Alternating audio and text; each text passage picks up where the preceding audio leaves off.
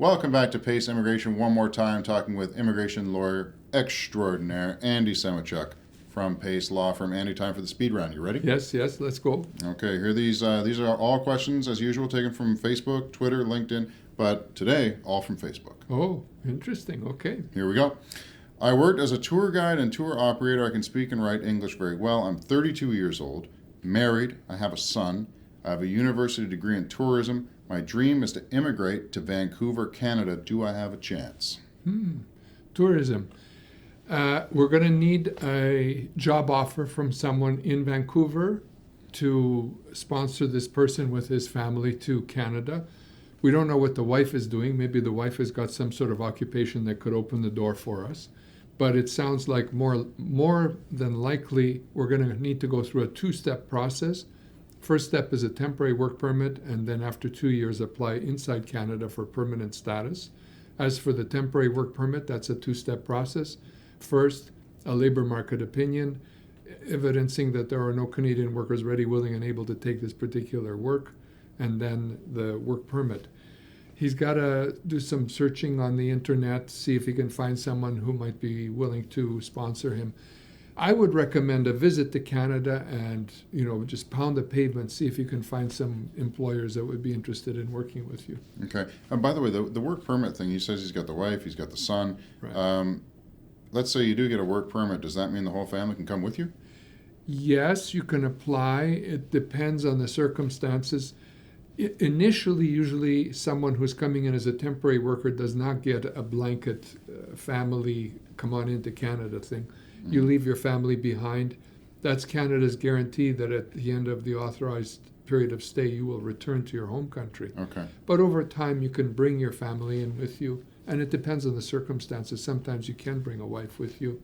Let's say, for example, I had a case of a couple that bought a lodge in southern Ontario, and the guy applied for a work permit, and the wife got a work permit also. Because they're working in southern Ontario, what's the wife going to do? They gave her a work permit as well. Okay, great. Number two, I'm from Bangladesh. I want to work and live in Canada as a nurse with skilled immigration. I have experience of 4 years in, it looks like cardiac and surgery. Apparently a really good nurse. Are they on this list that they can get in on skilled workers? Yes, that's one of the 29 occupations on the list. At this moment, I'm not sure it's open for that category, but as of July 1st of this year, 2012, it should open up again, so she can apply as a skilled worker. Likely about a 2-year stint before she gets into Canada, maybe more. Okay. But she's on the list of what is in short supply in Canada, so I would apply. Incidentally, that list is going to be changing. The minister's made announcements that he's going to be changing the program, so this is a great time to apply as a skilled worker, particularly going into July if your quota is met on the list. It's still a chance for you to get into Canada self-petitioning. Later on, things may change. Okay.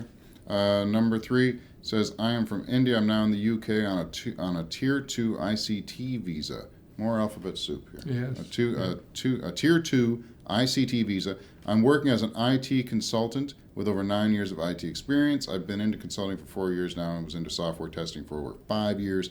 Coming to the point, I would like to know my chances for getting a work visa in Canada.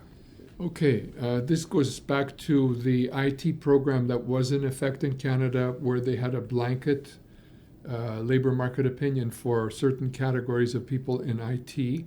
That was canceled, and so now all IT workers have to go through this two-step temporary worker application, first the labor market opinion and then a work permit. Unfortunately, he's got to find an employer who's prepared to hire him. Whenever I hear the words labor market opinion, I should automatically be thinking job offer.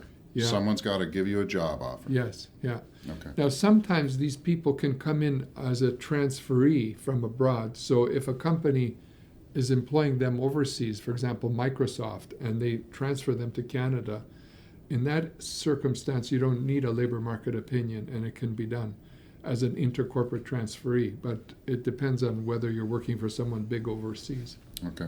Number 4, he says, hello, I'm 23 years old, Palestinian refugee living in Jordan. I hold a 2-year passport, quote-unquote, Gaza. I finished 4-year Bachelor of Arts of Translation from a Jordanian university. I really want to go and live in Canada, may I know my chances to get it? I'm not sure, but I'm thinking he's either talking about maybe getting in here on a study permit or refugee status or what. What's your advice? Okay, sadly, he's in the same boat as these others we've commented about. There's the initial step is finding someone in Canada who's going to help this person. As for refugee status, I don't know that he would qualify unless some 5 people in Canada get together and sponsor him as a potential refugee, but he's got to show fear of potential persecution in his home country, namely in Palestine. And I'm not sure that that's going to work. So I think work permit or study permit is the way to go. Work permit, again, you need a job offer, someone offering you the position that you want to fill. Translator is not on the list of short supply occupations in Canada, so we're going to need someone here who's looking for a translator to sponsor him. I think you mentioned he has a wife. If he does, maybe the wife could do some. Oh, no. 23 years old. Okay. Well, maybe he's Young got a guy. wife, but he doesn't say so here. If he's 23 years old, I don't know if he recently graduated. If he recently graduated, check out SWAP, SWAP. There's a potential that he may be able to come to Canada to work for 1 year under the Student Work Experience Program. Okay. Check that out. Okay, great. Last one, we had a question that someone had just been sponsored by a husband to come and be in Canada. I guess, what do you call it, cross-border marriage or something Right. like that. They wanted to know how long it takes before they can get a work permit to start working in Canada. Okay. So in that instance, the answer is between 11 and 12 months. The spouse has been sponsored. She's a cross-border spouse, has come into Canada and is awaiting her permanent resident status. Hopefully the couple has applied for a work permit, and in the context of that application for a work permit, it takes about 11 to 12 months for the government to review their package and decide that in principle it's okay, and that's when they issue the work permit. 11 to 12 months. So be really nice to husband or wife who's bringing home the bacon while you wait for your work permit, I guess. Exactly, yes. You Okay. have to butter them up. Okay. Yeah. There you go. A little food talk at the end there, too. Getting hungry. All right. There you go with Andy Semotiuk from Pace Law Firm. Reach him, asemotiuk@pacelawfirm.com, or reach us at the Facebook page, facebook.com/canimmigration, and we'll see you next time. Bye.